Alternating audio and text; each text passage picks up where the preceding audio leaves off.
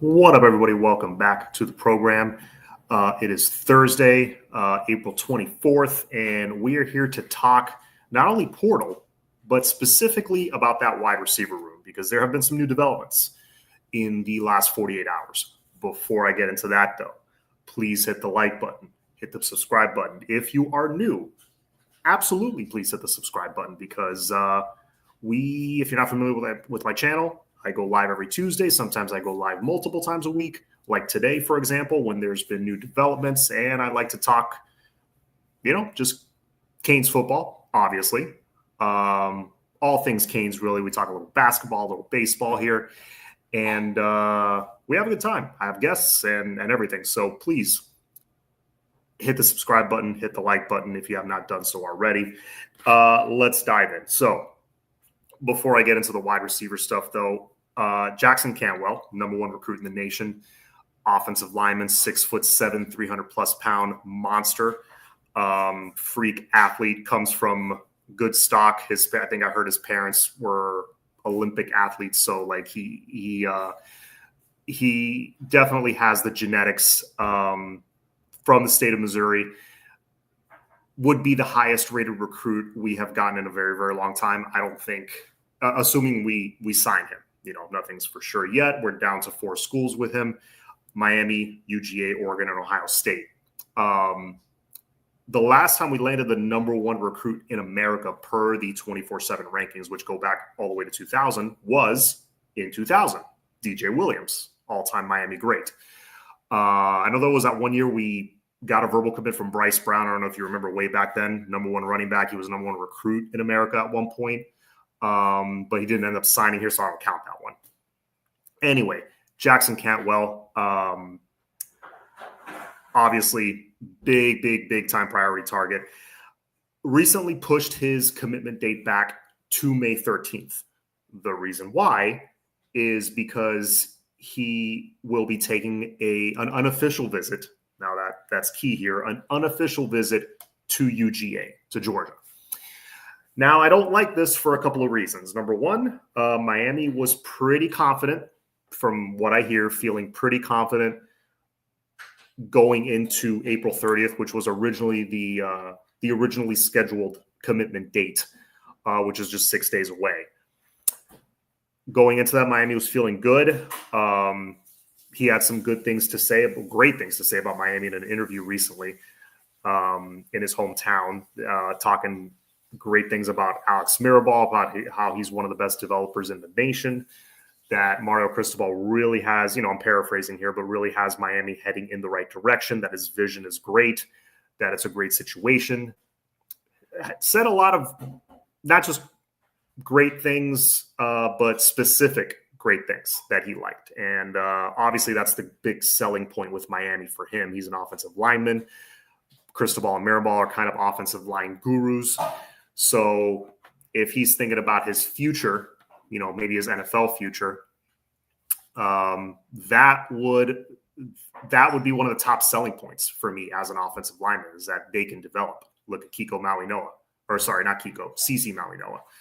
Looks like in all early projections, he's going to go as one of the top offensive linemen in the draft next year, likely a first rounder. Jackson Powers Johnson was a first rounder last year. Maybe didn't play for Mirabal his last year, or Mirabal and Cristobal's last year or two, but was recruited by and developed in the early years by Cristobal and Mirabal.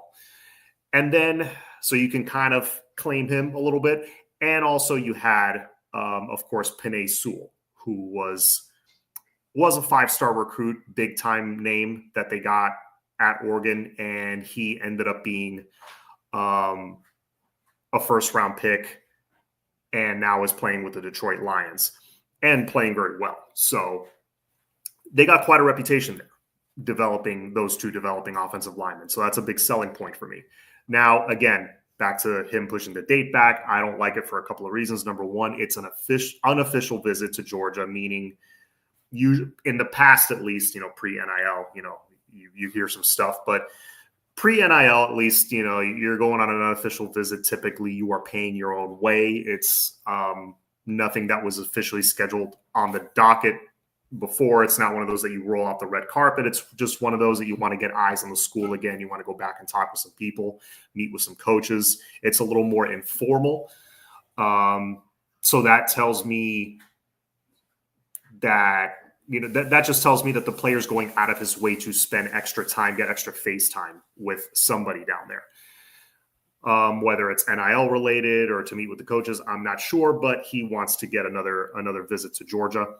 And he has his official visit, I believe, coming up with Oregon soon. So he's going to be seeing 2 more schools before he makes his decision. I usually like Miami being the last school that a recruit sees, because coming down to Miami, especially now this time of the year where the weather's beautiful, it's kind of a weapon in our arsenal.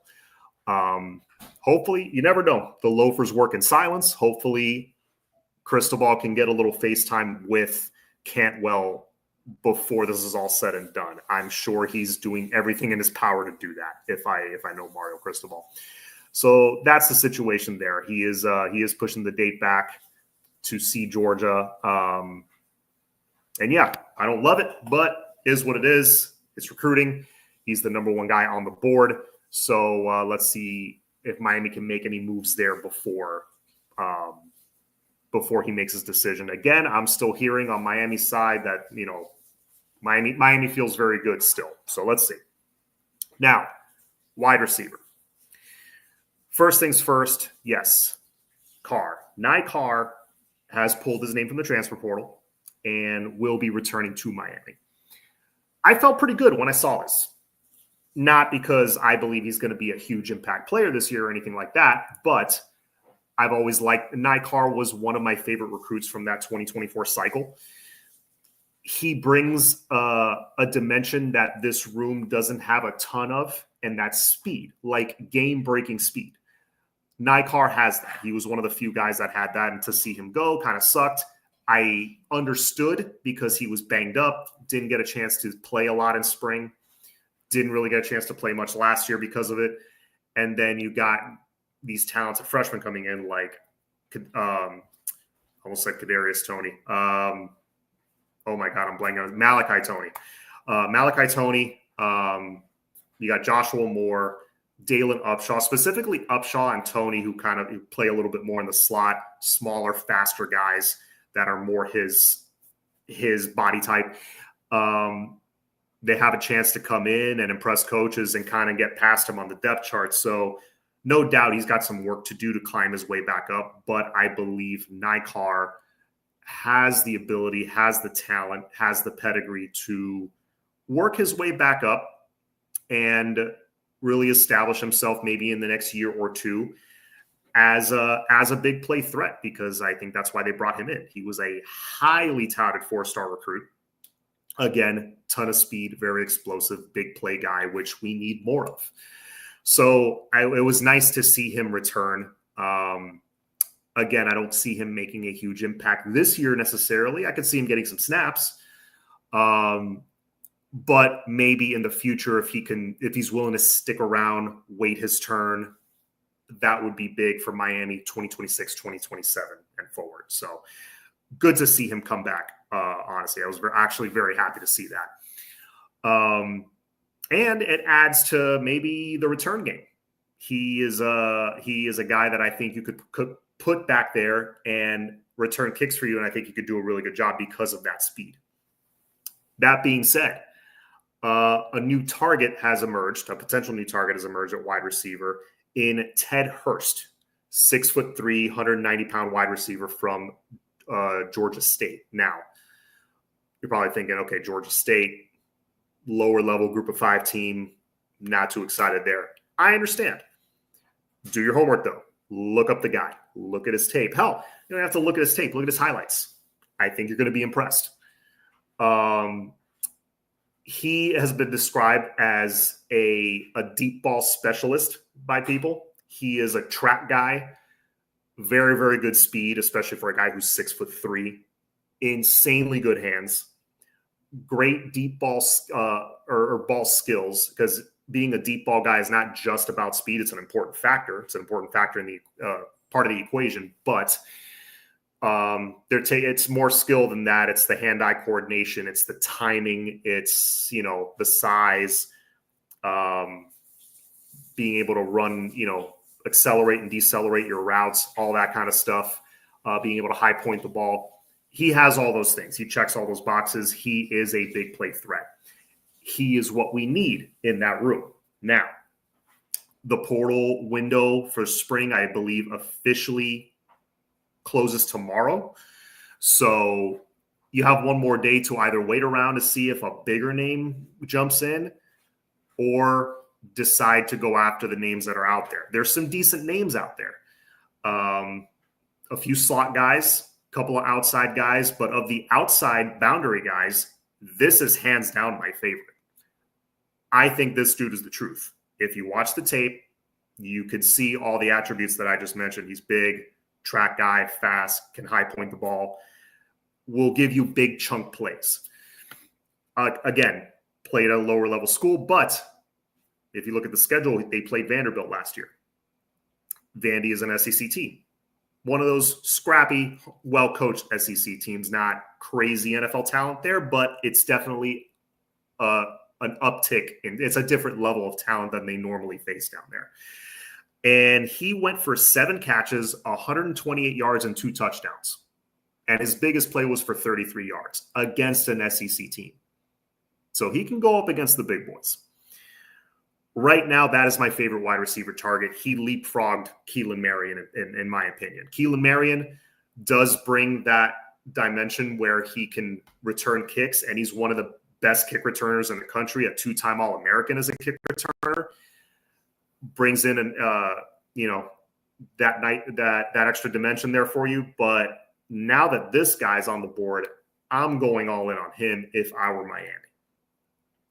I'm going all in on him. And if you land him, I feel much more comfortable about kind of rolling the dice on the kid from Syracuse, because he's a slot receiver, and but the thing is, he's very reliable. Pena's very reliable, but he's a little injury prone. But if you can land a guy like Hurst, I would feel much better about rolling the dice a little bit on a guy like Pena. And if he pans out, if he's healthy, he could stay healthy for the whole year. That's a really productive slot receiver. 2 guys that you added to make the room a lot better. I'm good. I'm straight. That's just my thoughts on the wide receiver room right now. I think Hurst would be a welcome addition, and he would add an attribute to that room that we're missing. The big play guy, the big play guy. When I say big, I mean 6'3" or up. And can get you big chunk plays. JoJo on the other side, the smaller guy, can get you big chunk plays. You can play around with him, put him in the slot, put him outside. You got CJ Daniels, who's a more underneath 10 to 15, 20-yard, like move the chain kind of guy, but can break tackles and get some big plays that way as well. Not necessarily with big speed, but he can move the chains for you. So all of a sudden that room is really starting to take shape. And then underneath them, you got all the young guys who hopefully will get into the season or go into the season healthy, and you can use them. Last year, we didn't have that luxury. All of our young guys were hurt. We couldn't really rotate them in. I think this year you're going to see a lot more rotation. And another thing about Hurst is Texas A&M is one of the schools that seems to be interested in him. So they don't just go after anybody. They go after top tier guys, especially at wide receiver. So that should tell you something.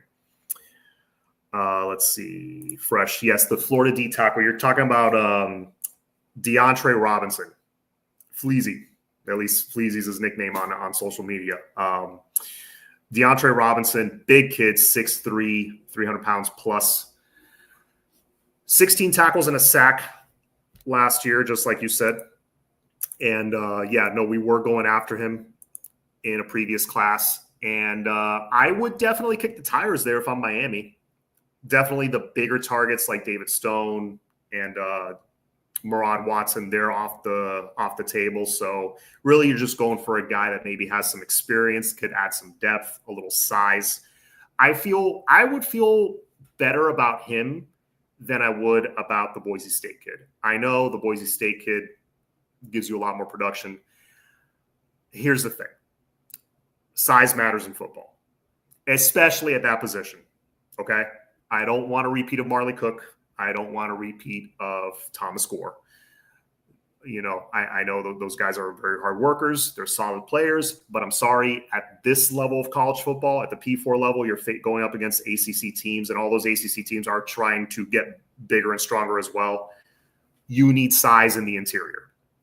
You need a guy that can rotate in, give Justin Scott a break, or Ahmad Moten a break, and there's not too much of a drop-off size-wise. That offensive lineman is still going to have to deal with a 300-plus pound guy. And I think DeAndre Robinson could be an option. That's just me. I liked him coming out of high school. He, like Fresh said, he racked up 16 tackles and 1 sack last year. So, he put some stats on the board. He rotated in a bit, got some snaps, got some experience at the SEC level. Fresh, you always say this. You always say that. And I agree. We did a big, like a plug in the middle. I don't think Robinson is a plug necessarily, but he's 300 plus pounds. He's more that ideal size you want in the interior, or at least as like a 3 technique kind of D tackle. He's more the body type I would want if you want depth. Eldridge says, I love Miami, but we don't develop receivers. We only go after guys who already did it. Unlike Clemson and any other program, if you recruit these players, we need to use them.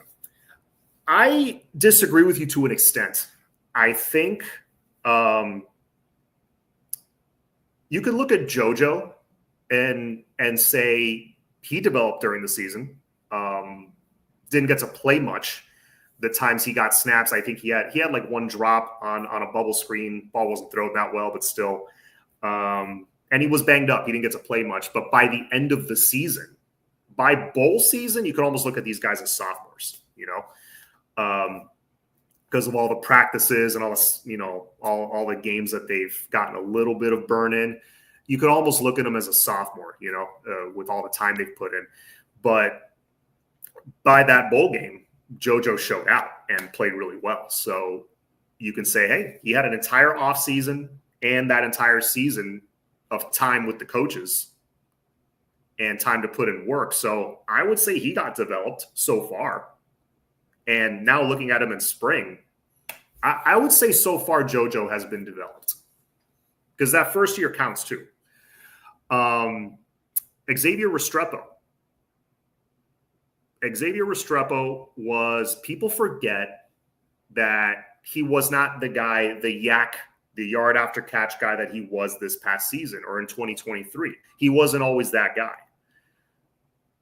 He started becoming that guy right around the time we got Kevin Beard. I don't think that's an accident.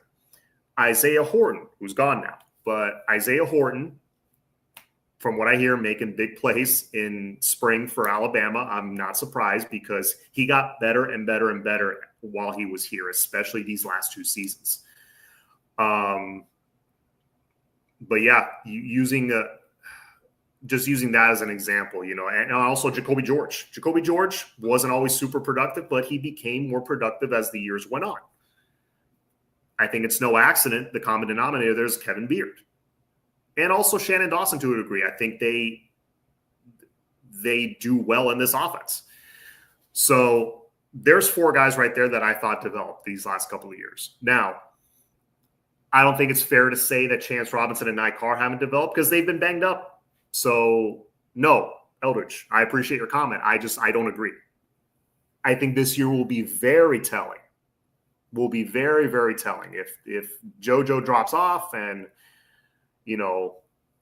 Ray doesn't do much, and I don't know, CJ Daniels comes in and he's a dud, then I see your point, I see your point. But no, so far so good on the development front, in my opinion. The young guys that haven't played much, they've either been hurt or, the one guy you could maybe point to is Ray. That's one example, though. Correct statement. Until Kevin Beard, he is developing. Horton developed, and so did X and George. John, if you had to choose between the guy from San Diego State or the Georgia State receiver that just jumped in the portal for our boundary receiver, who do you choose? I'm choosing the Georgia State receiver. I'm choosing Ted Hurst. That's my guy. I don't know if you're just jumping in now, Anthony, but I talked a little bit more about him earlier in the episode. But yeah, I would take Ted Hurst in a heartbeat. In a heartbeat. Nothing in the portal worth taking. Our receiver core needs speed and explosiveness badly. Yep, Ted Hurst. Go watch his tape. He brings you that. He brings you that dimension for sure. Hey, buddy, go Canes. Hey, what's up, John? How's it going? Let's see. Yes, we need a big 33D tackle. Why don't we get a big wide receiver and move JoJo inside? I would love that. I've actually talked about that before on the show. One option you can do is, let's say you don't even go get Trevor Pena. Let's say you just get Ted Hurst and maybe a second outside guy just for depth. But let's say you get Ted Hurst, that's your main outside guy. You start him, start CJ Daniels on the other side, move JoJo in. And if College Football 25 on EA Sports is any indication, and if you guys played, you would know this. If you put JoJo in the slot in that game, he tears it up. He's 100 yards every game. Good. And if you can put him on a drag route against a linebacker or a slot corner, RIP to that linebacker or slot corner. Like he was nasty in the game inside. I know it's just a video game, but these things have a funny way of translating to real life. I mean, these games are so advanced now; they know all the attributes of the players. So that I think JoJo would be perfect in the slot. Personally, I think that would work out very well. I choose Beyonce to be the AD. All you have to do is give these kids playtime and stop abusing the portal. Yeah, the reliance on the portal, I think it was something I would love to scale back on. You look at O-line, we're good as far as not having to rely on the portal. We have to get a new center every year, but that's about it. Like I said, you get Hurst and Pena, I'm good. The rest of the guys, JoJo, Nye, Ray, Joshua Moore, Upshaw, Tony, all your guys. And then CJ Daniels, he's another transfer guy. Yeah, if we could get it to the point where we're just picking up like one big-time receiver every year, that would be nice. And the rest is just our guys that we're developing. I would like to get to that point. You're not totally off base. Hakeem Williams is 5-star talent. FSU was a bad situation. Should we not take a serious look at him? I think we are. There's definitely targets out there. Ted Hurst isn't the only one. He's just my favorite target right now. He's the most intriguing to me. Hakeem Williams, yeah, he was. I loved him coming out of high school, and I think he could still be a really good college football player. He was in a very bad situation at FSU. That offense could barely move the football. So I don't put that blame on him. He had a handful of catches for like 187 yards or something like that last year. So you could definitely mold him into something. He's worth kicking the tires on for sure. I wouldn't say no, but I think Miami, I believe he is visiting, if I'm not mistaken. I don't know what day, but Miami is taking a look there. Hurst over Pena for what we need. I peeped the tape. Yeah, I agree. Hurst is exactly what we need. It's like perfect. It's absolutely perfect. And then Pena's more that, you make sure you have a reliable target at slot, which again, you could also move JoJo to slot. That's an option. That's just me. And you could save some money and not roll the dice on a potentially injury-prone guy. How much Pena wants? I'm not sure what he wants. I'm sure it's not going to be cheap. I'd be okay with bringing in Pena if it makes sense financially also. That's the other aspect. Pena is a slot, yes. I think the reason we look in the portal for a center is because you need better and experience at that position, and because the ones that are setting up blocking can't have it as other classmen. Yeah, center is definitely a position you can't take a chance with a freshman or sophomore. I know SJ got some burn in the spring at center, but he's young. He's too young. I'm not putting a center back there. I'm sorry. I'm just not. And to your point, it takes trenches. It takes longer to develop because, you gotta get bigger and you got to develop that grown man strength. So it takes a couple of years for some guys. I think maybe by next year, you can plug in a guy that's one of your guys and not have to go shop for somebody to put in at center. That being said, I love the dude that we got in the bank calling me. Send that to voicemail. I love the guy that we got. Blanking on his name right now. But I think O-line in general is in good shape. I would maybe go get a depth piece just to be safe, but I think O-line is in really, really good shape. John, you think we bring both AJ and Greg Smith? Yeah, I think they're going to try to. Because Gregory Smith, he almost is like bringing in a new recruit because I think he just put in 1 year at Florida, if I'm not mistaken. I think he was part of the 2024 class. Huge guy, 6'4", 200 plus pounds. I would love to have 6'3", 6'4" safeties back there just cracking heads. That would be fantastic. Greg Smith, I think, is somebody, even if they bring in AJ Halsey, I think they're still going to take a serious look at Gregory Smith because of the relationship with our new DB coach.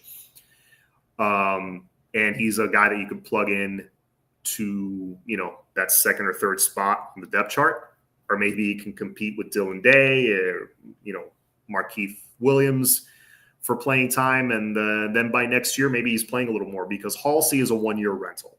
He is an immediate impact guy who is a Big 12, all Big 12 first team last year with Houston. Immediate impact guy, first day starter, but you only have him for 1 year. So Greg Smith could be the guy that maybe replaces him. Pena had 1 year when he was healthy. Don't exactly trust that. And Chance is always hurt. Surprised he hasn't hit the portal, to be honest.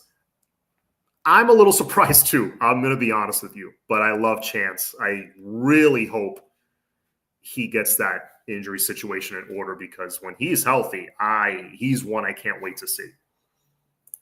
Any chance JoJo could have a better year in the slot with Beck throwing to him than X last year, considering JoJo's explosive potential?